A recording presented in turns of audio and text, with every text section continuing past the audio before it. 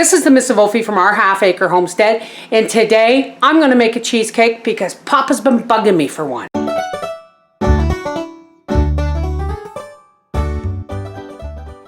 Now, I've looked up a lot of recipes, and some of them are, I saw Brother John, J00, make a cheesecake, and holy smokes, the amount of work he put into it.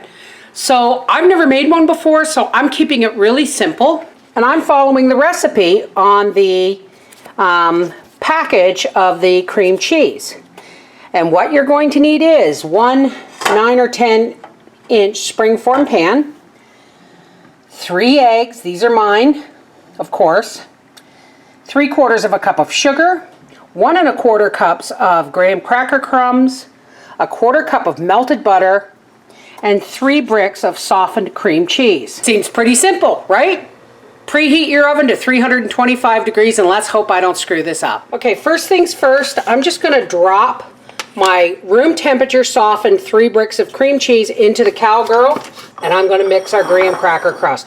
Now, it never ceases to amaze me how people fancy up recipes with extra ingredients: lemon, heavy cream, sour cream, extra sugar in the crust. Why?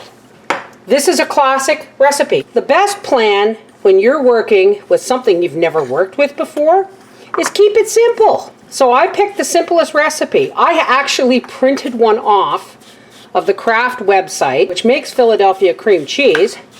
And guess what? It's different from the one on the package. Not much. It's a bigger version.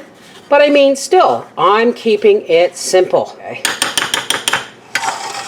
We're going to dump this into our springform pan, which came from my wonderful friend Noreen from Noreen's Kitchen. And we're just going to press it into the bottom. Now, some people say go right up the sides. I don't. Well, I've never done it before, but I don't want to for one simple reason. It doesn't. There's our oven preheated to 325 degrees. The reason I don't press it all the way up or even a little way or 1/4 way up the pan is because when you take it out and put it on a plate, it makes it look like there's actually more crust than filling, and I don't like it. So there it is. Now, some people say pre-bake. This recipe doesn't tell you to, so I'm not gonna. Let's get on to the filling. In the cowgirl here, we have our 3 bricks of cheese, and we're gonna get them whipping. Don't forget to scrape down the sides. See, I love cheesecake, but I always thought it was too complicated to make. So let's see.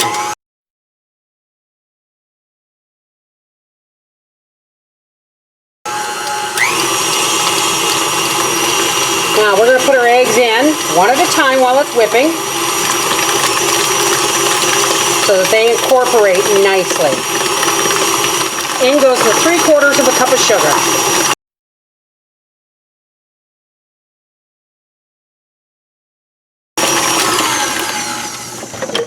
And there it is. And into the pan it goes.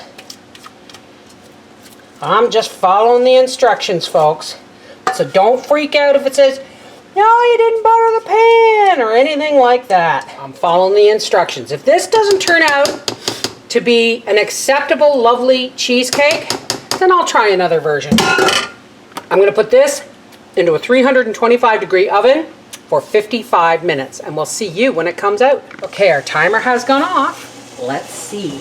Now, this had to sit in the oven an extra 10 minutes because I was on the phone, aside from a little bit of cracking. And yep, that looks beautiful. All right, we're gonna let this cool. I'm gonna run a knife around the inside, and then we're gonna chill it. Okay, now I see why people go through all the extra fuss of adding things like sour cream and baking your cheesecake in a pan of water. So the next time, I made one once. Papa's not going to let me forget it, so yes, there's going to be a next time. Next time I will try it a different way, and I will document it just like I did this one, and we will see how the next one turns out. All right, so we'll see you at the dinner table or living room or whatever when Papa tries his cheesecake. Stop filming me eating the crumbs. If you were going to make a cheesecake with a filled topping, that you're going to put it right in the pan and let it gel, this wouldn't really matter all that much. Once you dump strawberries and whipped cream on top, it'll look just fine. Oh, you want whipped cream too? Sure, why not? These are just strawberries. And yes, I put the strawberry slicer through its paces once again, and it stood up to every slice. But I just sliced these. This is 2.5 quarts of strawberries. I sliced them, and as I was slicing them, I sprinkled them with a teaspoon of sugar. So there's only 4 to 5 teaspoons of sugar in these berries. You can make a filler top if you want, but we just prefer fresh fruit. Beauties. Wait a minute. This is the piece I made for my husband. This is the piece he seems to think he should have. That's my piece. Oh, come on. Did you leave any for Mum? A little bit. All right, Papa. Your cheesecake awaits. Your requested strawberry cheesecake.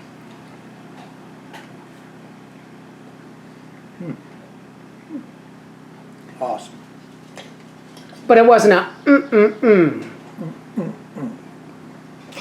Now bugger off and let me eat my breakfast. Dessert. Whatever it is. Thank you, honey.